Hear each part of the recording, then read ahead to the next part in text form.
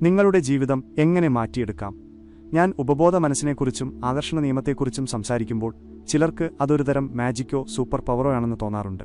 അവർ വിചാരിക്കുന്നതെന്തും കിട്ടാൻ പോവുകയാണെന്നാണ്. ചിലർക്ക് ഒരു ചോദ്യം കൂടിയുണ്ട്: നമ്മുടെ ഉപബോധ മനസ്സിനെ എങ്ങനെ ആക്ടിവേറ്റ് ചെയ്യാം? അവരെ ഞാൻ ഒരു കാര്യം ഓർമ്മിപ്പിക്കട്ടെ: ഇതൊരു സ്വിച്ചിട്ടാൽ ഓണാവുകയും ഓഫ് ചെയ്താൽ നിൽക്കുകയും ചെയ്യുന്ന ഒരു യന്ത്രമല്ല. ഇതിന് പിന്നിൽ ഒരുപാട് ശാസ്ത്രമുണ്ട്. പക്ഷേ ഒരു കാര്യം സത്യമാണ്: നിങ്ങളുടെ ഉപബോധ മനസ്സിന്റെ ശക്തി ശരിക്കും മനസ്സിലാക്കിയാൽ അത് നിങ്ങളുടെ ജീവിതത്തെ മികച്ചതാക്കും. ഇത് നിങ്ങളുടെ വ്യക്തിപരമായ വളർച്ചയെ സഹായിക്കുകയും ലക്ഷ്യങ്ങളെക്കുറിച്ച് എപ്പോഴും ബോധവാന്മാരായിരിക്കാൻ നിങ്ങളെ പ്രേരിപ്പിക്കുകയും ചെയ്യും. നമ്മുടെ ഉപബോധ മനസ്സ് ഒരു ഒളിഞ്ഞുകിടക്കുന്ന നിധി പോലെയാണ്. കസ്തൂരിമാൻ അതിന്റെ കസ്തൂരി പുറത്ത് എവിടെയെങ്കിലും ഉണ്ടെന്ന് കരുതി ചുറ്റിത്തിരിയുന്നതുപോലെ നമ്മൾ മനുഷ്യരും നമ്മുടെ ദുഃഖങ്ങൾക്കും പ്രശ്നങ്ങൾക്കുമുള്ള പരിഹാരം പുറത്തു തേടുന്നു. പക്ഷേ യഥാർത്ഥത്തിൽ എല്ലാ പ്രശ്നങ്ങൾക്കും ഉള്ള ഉത്തരം നമ്മുടെ ഉള്ളിൽ തന്നെയുണ്ട്. നമ്മുടെ ഉപബോധ മനസ്സിന്റെ ശക്തി കൊണ്ട് ഏതൊരു പ്രശ്നത്തിനും നമുക്ക് പരിഹാരം കണ്ടെത്താൻ കഴിയും. ഈ ശക്തിയെ ഉപയോഗിക്കാൻ പഠിക്കേണ്ട ഒരു കലയുണ്ട്. ഉപബോധ മനസ്സിന്റെ ഒരു പ്രത്യേകതയുണ്ട്: അതിന് വലുതെന്നും ചെറുതെന്നും വ്യത്യാസമില്ല. നിങ്ങളുടെ ജീവിതത്തിൽ നിങ്ങൾക്ക് എന്താണ് വേണ്ടതെന്നും എന്താണ് വേണ്ടാത്തതെന്നും ഉപബോധ മനസ്സിന് മനസ്സിലാവുകയുമില്ല. നിങ്ങളുടെ ചിന്തകളെയും അനുഭവങ്ങളെയും മാത്രം ആശ്രയിച്ചാണ് അത് പ്രവർത്തിക്കുന്നത്. നിങ്ങൾക്ക് ഏതാണ് ശരി ഏതാണ് തെറ്റ് എന്നതൊന്നും അത് നോക്കുന്നില്ല. അത് നിങ്ങളുടെ ചിന്തകളിൽ മാത്രം പ്രവർത്തിക്കുന്നു. നിങ്ങളുടെ ചിന്തകളുടെയും വിശ്വാസങ്ങളുടെയും അടിസ്ഥാനത്തിൽ സുഗന്ധമുള്ള പൂക്കൾ വളർത്താൻ കഴിയുന്ന ഒരു തോട്ടമാണ് ഉപബോധ മനസ്സ്.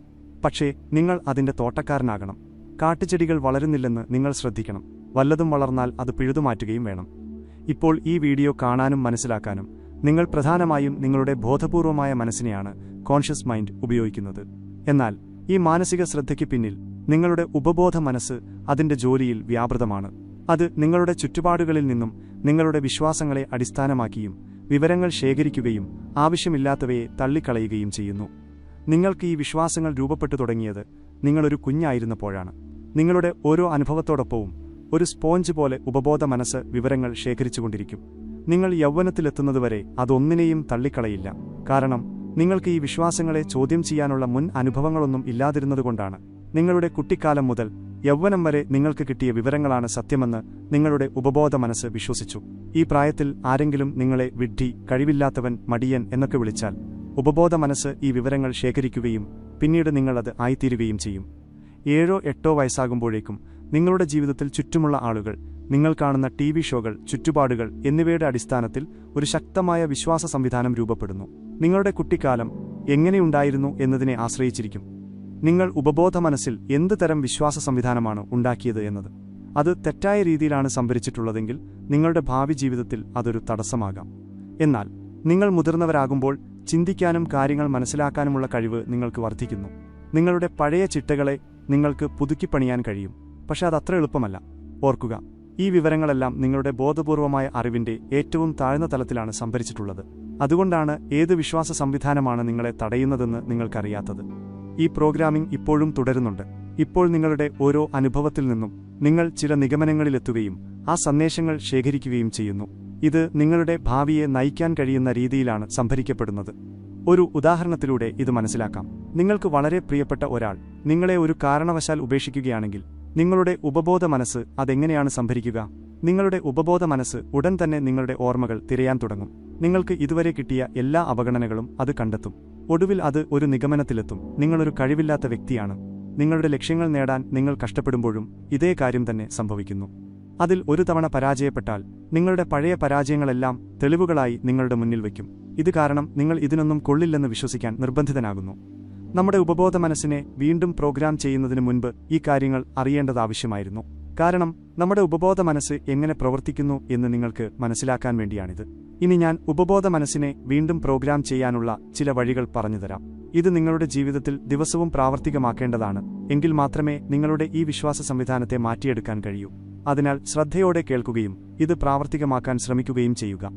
1. ചുറ്റുപാടുകളുടെ സ്വാധീനം. Environmental influences. നിങ്ങളുടെ ഉപബോധ മനസ്സിനെ ഏറ്റവും കൂടുതൽ സ്വാധീനിക്കുന്ന ഒരു കാര്യമാണ് നിങ്ങളുടെ ചുറ്റുപാടുകൾ. ഓർക്കുക, നിങ്ങളുടെ ഉപബോധ മനസ്സ് തുടർച്ചയായി വിവരങ്ങൾ ശേഖരിക്കുന്നുണ്ട്. ആ വിവരങ്ങളുടെ അടിസ്ഥാനത്തിൽ നിഗമനങ്ങളിലെത്തുകയും നിങ്ങളുടെ ഉള്ളിൽ ഒരു വിശ്വാസം ഉണ്ടാക്കുകയും ചെയ്യുന്നു. നിങ്ങളുടെ ചുറ്റും എപ്പോഴും നെഗറ്റീവ് അന്തരീക്ഷമാണെങ്കിൽ നിങ്ങളുടെ ഉപബോധ മനസ്സ് എന്തുതരം വിവരങ്ങളായിരിക്കും ശേഖരിക്കുന്നത് എന്ന് നിങ്ങൾക്ക് ഊഹിക്കാവുന്നതാണ്. നിങ്ങൾ ആദ്യം ചെയ്യേണ്ടത് ഈ നെഗറ്റീവ് കാര്യങ്ങളിൽ നിന്ന് അകലം പാലിക്കുക എന്നതാണ്, അല്ലെങ്കിൽ അവയെ അവഗണിക്കുക. അത്യാവശ്യമില്ലാത്തപ്പോൾ ന്യൂസ് ചാനലുകളിൽ നിന്നും പത്രങ്ങളിൽ നിന്നും അകന്നു നിൽക്കുക. കാരണം നെഗറ്റിവിറ്റിയുടെ ഭൂരിഭാഗവും ഇവിടെ നിന്നാണ് നിങ്ങളുടെ മനസ്സിലേക്ക് എത്തുന്നത്. ഇതിനു പകരം വായിക്കുന്നതിനും നല്ല കാര്യങ്ങൾ കാണുന്നതിനും നിങ്ങളുടെ സമയം ഉപയോഗിക്കുക. ഇത് നിങ്ങൾ ശരിയായി പിന്തുടർന്നാൽ കുറച്ച് ദിവസങ്ങൾക്കകം നിങ്ങളുടെ ഉള്ളിൽ ഒരു പോസിറ്റീവ് ഊർജ്ജം സഞ്ചരിക്കുന്നത് കാണാം. നിങ്ങളെയും നിങ്ങളുടെ കഴിവുകളെയും നിങ്ങൾ കാണുന്ന രീതി തന്നെ മാറും. 2. വിഷ്വലൈസേഷൻ. നിങ്ങളുടെ ഉപബോധ മനസ്സ് വാക്കുകളേക്കാൾ ചിത്രങ്ങളിലാണ് കൂടുതൽ വിശ്വസിക്കുന്നത്. പോസിറ്റീവ് ചിത്രങ്ങൾ ഉപയോഗിച്ച് നിങ്ങളുടെ മനസ്സിനെ പ്രോഗ്രാം ചെയ്യാനുള്ള മികച്ച ഒരു മാർഗമാണ് വിഷ്വലൈസേഷൻ. ദിവസവും 10 മുതൽ 15 വരെ മിനിറ്റ് നിങ്ങൾക്കും നിങ്ങളുടെ ജീവിതത്തിനും വളരാൻ സഹായിക്കുന്ന പോസിറ്റീവ് കാര്യങ്ങൾ സങ്കൽപ്പിക്കുന്നതിനു വേണ്ടി ഉപയോഗിക്കുക. വിഷ്വലൈസേഷൻ ചെയ്യുമ്പോൾ നിങ്ങളുടെ പഴയ അനുഭവങ്ങൾ, ഭയങ്ങൾ, ആശങ്കകൾ എന്നിവയെ ഒരു പോസിറ്റീവ് രീതിയിൽ കാണാൻ ശ്രമിക്കുക. നിങ്ങൾ ഭയപ്പെടുന്ന കാര്യത്തെ നിങ്ങൾ കീഴടക്കിയതായി സങ്കൽപ്പിക്കുക. ഈ വിഷ്വലൈസേഷനിൽ നിങ്ങളുടെ വികാരങ്ങളും കൂട്ടിച്ചേർത്താൽ അത് ഒരുപാട് ഗുണം ചെയ്യും. ഉദാഹരണത്തിന്, നിങ്ങൾക്ക് ഒരു ജോലി വേണമെന്ന് കരുതുക. അത് നിങ്ങൾക്ക് കിട്ടിയെന്ന് സങ്കൽപ്പിക്കുക. ആ ജോലി ചെയ്യുമ്പോൾ നിങ്ങൾ എന്തൊക്കെ ചെയ്യും, അതെങ്ങനെ ചെയ്യും എന്നുള്ള കാര്യങ്ങളെല്ലാം പൂർണ്ണമായും മനസ്സിൽ സങ്കൽപ്പിക്കുക. അത് നിങ്ങൾക്ക് കിട്ടിക്കഴിഞ്ഞെന്ന് വിശ്വസിക്കുക. 3. അഫർമേഷൻ. നിങ്ങളുടെ ഉപബോധ മനസ്സിന് സന്ദേശങ്ങൾ അയക്കാൻ ഇത് വളരെ നല്ലൊരു മാർഗമാണ്. നിങ്ങൾ എന്താണോ ആകാൻ ആഗ്രഹിക്കുന്നത് അല്ലെങ്കിൽ എന്താണോ നേടാൻ ആഗ്രഹിക്കുന്നത് അതിനെക്കുറിച്ചുള്ള ചില വാക്യങ്ങൾ എഴുതി തയ്യാറാക്കുക. പക്ഷേ ഒരു കാര്യം ശ്രദ്ധിക്കുക, നിങ്ങൾ എഴുതുന്ന വാക്യങ്ങൾ വർത്തമാനകാലത്തിൽ പ്രസന്റ് ടെൻസ് ആയിരിക്കണം. ഉദാഹരണത്തിന്, ഞാൻ ആത്മവിശ്വാസമുള്ളവനും വിജയിയുമാകും എന്ന് പറയുന്നത് ഭാവിയെയാണ് സൂചിപ്പിക്കുന്നത്. അതിനുപകരം നിങ്ങൾ ഇങ്ങനെ എഴുതുക: ഞാൻ ആത്മവിശ്വാസമുള്ളവനും വിജയിയുമാണ്. കാരണം നിങ്ങളുടെ ഉപബോധ മനസ്സിന് ഭാവിയെക്കുറിച്ച് അറിയില്ല, അത് ഈ നിമിഷത്തെ മാത്രമാണ് അറിയുന്നത്. അങ്ങനെയുള്ള വാക്യങ്ങൾ എഴുതി തയ്യാറാക്കി ദിവസം മുഴുവൻ അത് വായിച്ചുകൊണ്ടിരിക്കുക. പക്ഷേ ഇത് വായിക്കുമ്പോഴും പറയുമ്പോഴും ആ വാക്യങ്ങളുമായി ബന്ധപ്പെട്ട വികാരങ്ങളും അനുഭവങ്ങളും കൂട്ടിച്ചേർക്കണം. ഞാൻ ധനികനാണ് എന്ന് നിങ്ങൾ പറയുന്നു, പക്ഷേ നിങ്ങൾക്കറിയാം നിങ്ങൾ ദരിദ്രനാണ്. അപ്പോൾ നിങ്ങളുടെ വികാരങ്ങൾ ആ വാക്യങ്ങളുമായി പൊരുത്തപ്പെടില്ല. ആ വാക്യങ്ങൾ പറയുമ്പോൾ നിങ്ങൾ ശരിക്കും ധനികനാണെന്ന് നിങ്ങൾ അനുഭവിക്കണം. ഇത് ദിവസത്തിൽ 1-2 തവണ പറഞ്ഞാൽ പോരാ. നിങ്ങൾക്ക് സമയം കിട്ടുമ്പോഴെല്ലാം ഇത് ചെയ്യണം. ഇത് ഒരു ശീലമാക്കണം. 4. ബൈനറൽ ബീറ്റ്സ്. ഇതൊരു ജനപ്രിയ രീതിയാണ്. ഇതിൽ ചില ഓഡിയോകൾ കേൾക്കുമ്പോൾ നിങ്ങളുടെ മസ്തിഷ്ക തരംഗങ്ങളുടെ ആവൃത്തി, ഫ്രീക്വൻസി മാറും. ഇത് നിങ്ങൾക്ക് കേൾക്കുമ്പോൾ വിചിത്രമായി തോന്നാമെങ്കിലും ഇത് ഉപയോഗിച്ചവർക്കെല്ലാം വളരെ പോസിറ്റീവായ ഫലങ്ങളാണ് ലഭിച്ചിട്ടുള്ളത്. നിങ്ങൾ ചെയ്യുന്ന ജോലിയെയും നിങ്ങളുടെ മാനസികാവസ്ഥയെയും ആശ്രയിച്ച് നിങ്ങളുടെ തലച്ചോറിൽ ചില മസ്തിഷ്ക തരംഗങ്ങൾ രൂപപ്പെടുന്നു. അവയ്ക്ക് വ്യത്യസ്ത ആവൃത്തികളാണുള്ളത്. 2 വ്യത്യസ്ത ആവൃത്തിയിലുള്ള ട്യൂണുകൾ 2 വ്യത്യസ്ത രീതിയിൽ വായിക്കുമ്പോൾ ഒരു ബൈനറി ട്യൂൺ ഉണ്ടാകുന്നു. ഇത് കേൾക്കുമ്പോൾ നിങ്ങളുടെ തലച്ചോറിലെ മസ്തിഷ്ക തരംഗങ്ങളുടെ പാറ്റേണിൽ മാറ്റങ്ങൾ വരാൻ തുടങ്ങും. നിങ്ങൾ സമ്മർദ്ദത്തിൽ നിന്ന് മുക്തനായി റിലാക്സ് ചെയ്യാൻ ആഗ്രഹിക്കുന്നുവെങ്കിൽ ആൽഫ സ്റ്റേറ്റിനെ ട്രിഗർ ചെയ്യുന്ന ഒരു ഓഡിയോ കേൾക്കണം. ഗവേഷണങ്ങൾ സൂചിപ്പിക്കുന്നത് നിങ്ങൾ പൂർണ്ണമായും റിലാക്സ് ചെയ്യുമ്പോൾ നിങ്ങളുടെ മസ്തിഷ്കം ആൽഫ അല്ലെങ്കിൽ ഗാമ അവസ്ഥയിലായിരിക്കും. ഇത് ഉപബോധ മനസ്സ് എളുപ്പത്തിൽ കാര്യങ്ങൾ സ്വീകരിക്കുന്ന ഒരവസ്ഥയാണ്. ഈ ഓഡിയോ കേട്ടുകൊണ്ട് വിഷ്വലൈസേഷനോ അഫർമേഷനോ ചെയ്താൽ നിങ്ങൾക്ക് ഫലം കിട്ടാനുള്ള സാധ്യത കൂടുതലാണ്. കണ്ണടച്ച് ഈ ഓഡിയോ കേൾക്കുക. പൂർണ്ണമായ അനുഭൂതിയോടെ വിഷ്വലൈസ് ചെയ്യുക. ഇങ്ങനെയുള്ള ഓഡിയോകൾ നിങ്ങൾക്ക് യൂട്യൂബിൽ നിന്ന് സൗജന്യമായി ലഭിക്കും. 5. ഹിപ്നോസിസ്. നിങ്ങളുടെ ഉപബോധ മനസ്സിനെ വീണ്ടും പ്രോഗ്രാം ചെയ്യാനുള്ള വളരെ ഫലപ്രദമായ ഒരു മാർഗമാണിത്. ഇതിന് ഒരു ഹിപ്നോസിസ്റ്റ് നിങ്ങളുടെ സഹായത്തിന് ആവശ്യമാണ്. അയാൾ നിങ്ങളെ ഒരു പ്രത്യേക അവസ്ഥയിലെത്തിക്കുകയും പഴയ പ്രോഗ്രാമിങ്ങിനെ വീണ്ടും പ്രോഗ്രാം ചെയ്യാൻ ശ്രമിക്കുകയും ചെയ്യും. നിങ്ങളെ സഹായിക്കാൻ ഒരു ഹിപ്നോസിസ്റ്റ് ഇല്ലെങ്കിൽ നിങ്ങൾക്ക് സ്വയം ഹിപ്നോസിസ്, സെൽഫ് ഹിപ്നോസിസ് ചെയ്യാവുന്നതാണ്. ഇതിനായി നിങ്ങൾക്ക് എന്താണ് വേണ്ടത് എന്നതിനെക്കുറിച്ച് ഒരു സ്ക്രിപ്റ്റ് എഴുതുക. എന്നിട്ട് ആ സ്ക്രിപ്റ്റ് ഒരു ഓഡിയോ ആയി റെക്കോർഡ് ചെയ്യുക. പിന്നീട് കണ്ണടച്ച് റിലാക്സായി ആ ഓഡിയോ കേൾക്കുക. ഇതും നിങ്ങളുടെ ഉപബോധ മനസ്സിനെ വീണ്ടും പ്രോഗ്രാം ചെയ്യാനുള്ള വളരെ നല്ല ഒരു വഴിയാണ്. ഈ പറഞ്ഞ വഴികൾ ഉപയോഗിച്ച് നിങ്ങൾക്ക് നിങ്ങളുടെ ഉപബോധ മനസ്സിനെ വീണ്ടും പ്രോഗ്രാം ചെയ്യാം. പക്ഷേ ഇപ്പോൾ ഒരു ചോദ്യമുണ്ട്: നിങ്ങൾ അയച്ച സന്ദേശം നിങ്ങളുടെ ഉപബോധ മനസ്സിന് ലഭിച്ചോ ഇല്ലയോ എന്ന് എങ്ങനെ അറിയാൻ കഴിയും? നമുക്ക് തലച്ചോറിനകത്ത് നോക്കി പ്രോഗ്രാം ചെയ്യപ്പെട്ടിട്ടുണ്ടോ എന്ന് പരിശോധിക്കാൻ കഴിയില്ല. നിങ്ങൾ ബോധപൂർവം ഇരിക്കുകയാണെങ്കിൽ ഇത് നിങ്ങൾക്ക് സ്വയം മനസ്സിലാക്കാൻ കഴിയും.